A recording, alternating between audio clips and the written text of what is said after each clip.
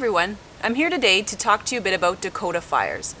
They're a really good tool in the wilderness for survival. They're a very efficient way to set up a fire so that you can get heat quickly, you can cook your food, and it's also good if it's a very windy day or raining, as the Dakota fire actually is lit and maintained below the level of the ground. So today we'll show you how to make one of those. I'll even make some tea today because it's kind of cool and I'd like to warm up a little bit. So here we go.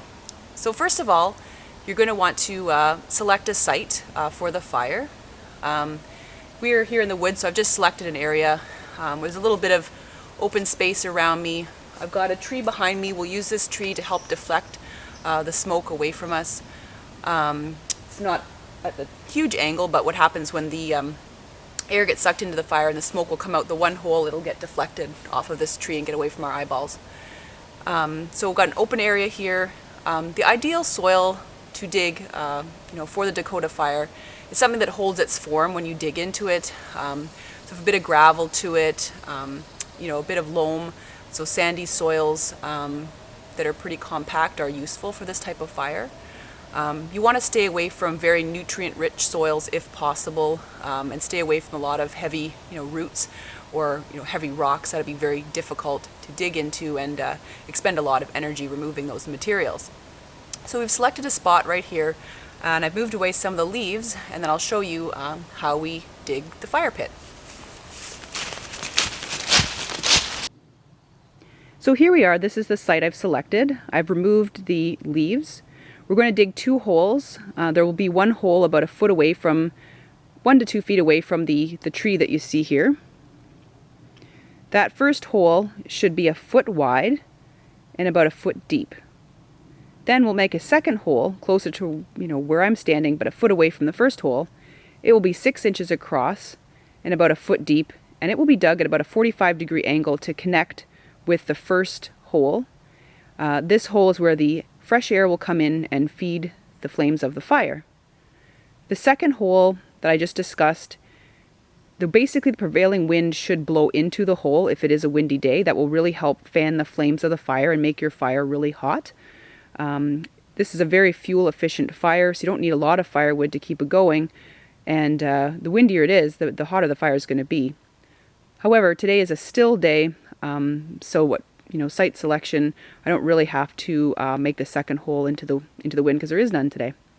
So I'm going to go ahead and start digging the hole, and then I'll explain a little bit more about the Dakota fire once we have the holes dug. Alright, so let's start digging this hole.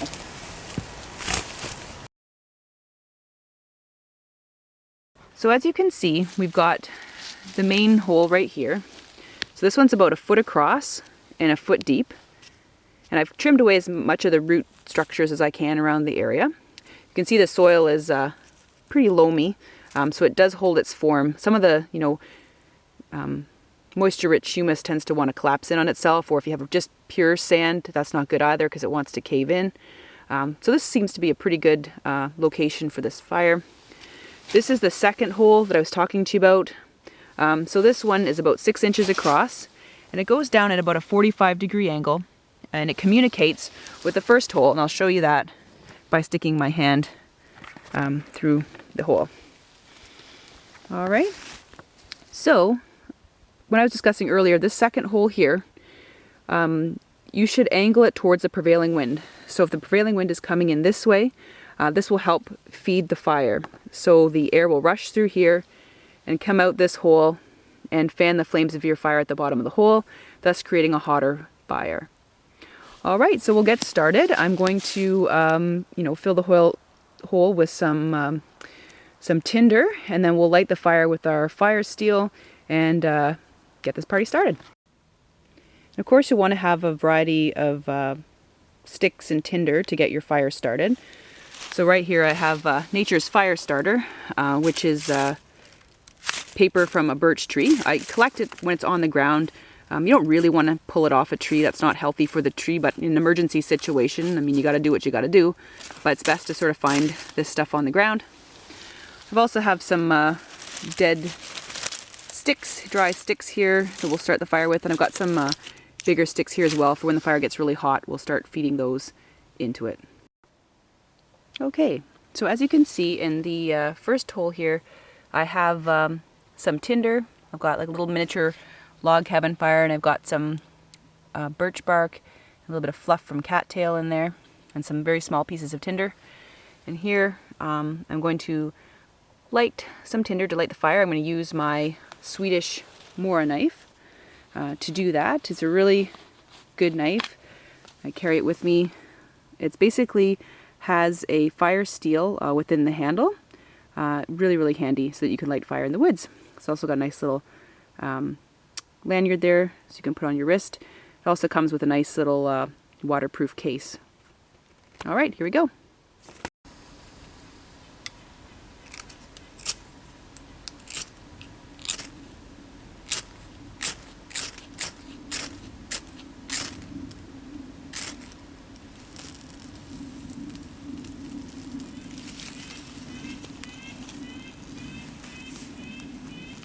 Okay,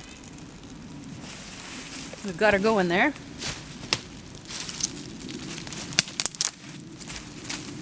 few little bits of tinder on top. Some sticks lit.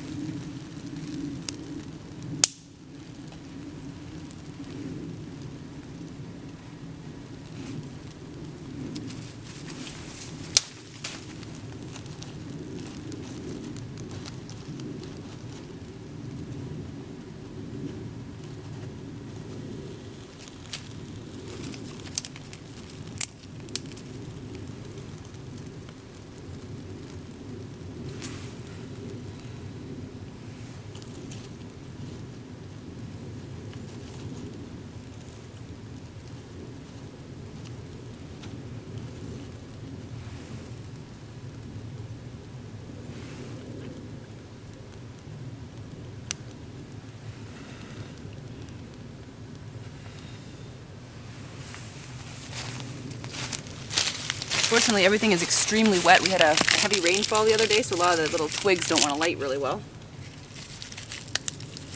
Need a little bit more. All right, so there is our Dakota fire. It's a really efficient fire. I'm going to make some tea on it right now. As you can see how it works, there's the fire in the hole there. The air is getting drawn in through this hole by suction to just sort of feed that those flames there. It's a really hot fire, very fuel efficient, great technique in the woods, especially for when you're in a survival situation. When you're done with your fire, make sure to put it out with some water, definitely cover it over again with the soil that you used to excavate it with. You're going to plug those 2 holes back up and clean up the area so that it does not look disturbed. All right guys, so there you have it. The Dakota fire. It's a great tool to have up your sleeve when you're in the wilderness, especially if you're in a survival situation. I'm going to sit here and enjoy my tea. I hope you guys have a good rest of your week. Until next time.